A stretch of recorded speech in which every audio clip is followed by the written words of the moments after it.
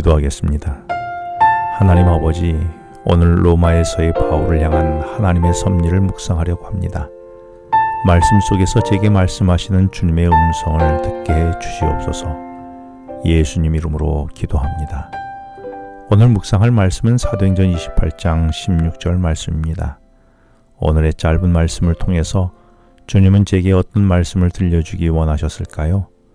먼저 오늘 본문을 읽고 주님께서 내게 말씀하신 음성을 듣고 오늘의 말씀 묵상에 참여하시면 더 큰 은혜를 경험하게 될 것입니다. 바울은 오랫동안 머물던 보디오를 출발하여 로마로 향했습니다. 이렇게 로마로 출발한 바울을 영접하기 위해서 한 번도 바울을 본 적도 없던 로마의 그리스도인들이 로마에서 65km 떨어진 아비오 광장과 50km 거리인 트레이스 타베르네의 두 그룹으로 나누어져서 바울을 맞이하게 된 것입니다.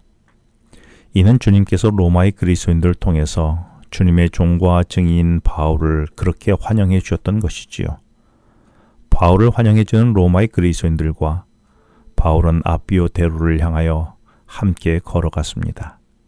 아비오 대로는 로마의 개선 장군이 개선 행진을 벌이는 도로로 유명한 도로였습니다. 지병과 미결수 신분으로 아비오 대로를 걸어가는 바울의 초라한 행색은 로마의 개선 장군과의 모습과는 거리가 멀어 보였지요. 그러나 3차에 걸친 전도 여행을 마친 바울은 그를 불러주신 주님 안에서는 그 누구보다도 가장 위대한 개선 장군이었습니다. 바울이 로마로 한 걸음 한 걸음을 더 가까이 다가갈수록 로마 제국이라는 거대한 공간이 바울이 전하는 주님으로 인해 하나님 앞에 무릎을 꿇게 될 것이며 바울이 전한 예수 그리스도로 인하여 전혀 새로워질 것이기 때문이었습니다. 오늘 본문 16절은 초라한 죄수 바울을 통해서 어떻게 로마 제국이 새로워지는지 그 시작점을 말씀해 주고 있습니다. 오늘 본문 16절은 우리가 로마에 들어가니라 라는 말씀으로 시작됩니다. 이는 드디어 바울이 긴 여정을 끝으로 바울의 마지막 생을 바쳐서 목숨을 걸고 주님의 종과 증인으로 살아갈 로마에 도착하였음을 알리는 것이었습니다. 우리가 로마에 들어갔다라는 이 짧은 말씀 속에서 바울과 그 일행의 각오가 보이고 새롭게 될 제국의 중심인 로마의 모습이 보이게 된 것입니다. 그렇습니다. 주님의 종과 증인인 바울이 발을 디디는 모든 곳에서는 항상 이런 변화가 기대되었고 변화가 일어났었습니다. 그렇다면 오늘의 주님의 종과 증인으로 살아가는 내가 발을 디디는 그 현장에는 어떤 변화를 기대할 수 있으며 어제 발을 디뎠던 그곳에는 어떤 변화가 있었습니까? 이제 로마에 도착한 바울 호송 책임자인 백부장 율리오는 로마에 도착하여 로마 시민으로서 황제에게 항소한 바울을 로마 입성과 함께 황제의 근위대장에게 미결수인 바울을 인계해야 했습니다. 가이사르로부터 바울을 호송해온 백부장 율리오의 책임은 거기까지였던 것이지요. 당시 황제의 근위대장은 아프라니우스 부루스였습니다.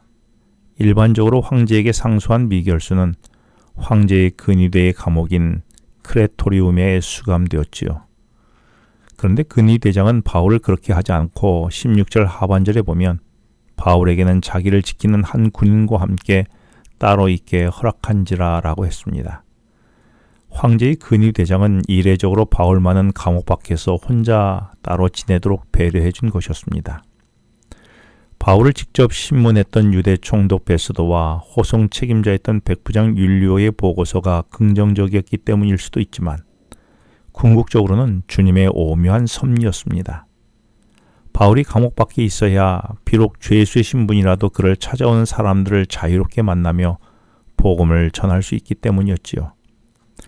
30절에 의하면 바울은 이때로부터 만 2년 동안 셋집에서 머물렀던 것입니다. 셋집이라고 하면 요즘처럼 번듯한 집을 연상하기 쉽지만 바울에게는 그런 집을 얻을 경제적 여유가 없었습니다. 그러니 바울은 로마에서 로마의 그리스도인들과 빌립보 교인들의 헌금으로 연명했습니다. 바울의 삶을 오랫동안 추적해온 역사학자들은 바울이 세를 내어 얻은 집은 싸구려 헛간이었다라고 말합니다. 바울이 처한 당시의 정황상 셋집이라는 표현보다 어쩌면 싸구려 헛간이라고 표현한 것이 더 정확할 수도 있습니다. 그렇다고 미결수인 바울이 누구의 감시도 없이 혼자 지냈다는 말이 아닙니다. 근위 대장은 군인 한 명이 바울과 함께 지내면서 바울을 지키도록 했지요. 바울은 20절에서 자신이 쇠사슬에 매어 있다고 했는데 이는 근위 대장이 바울에게 거처의 자유를 주었지만 도망하지 못하도록 쇠사슬로 묶어두고 군사로 지키게 했던 것입니다.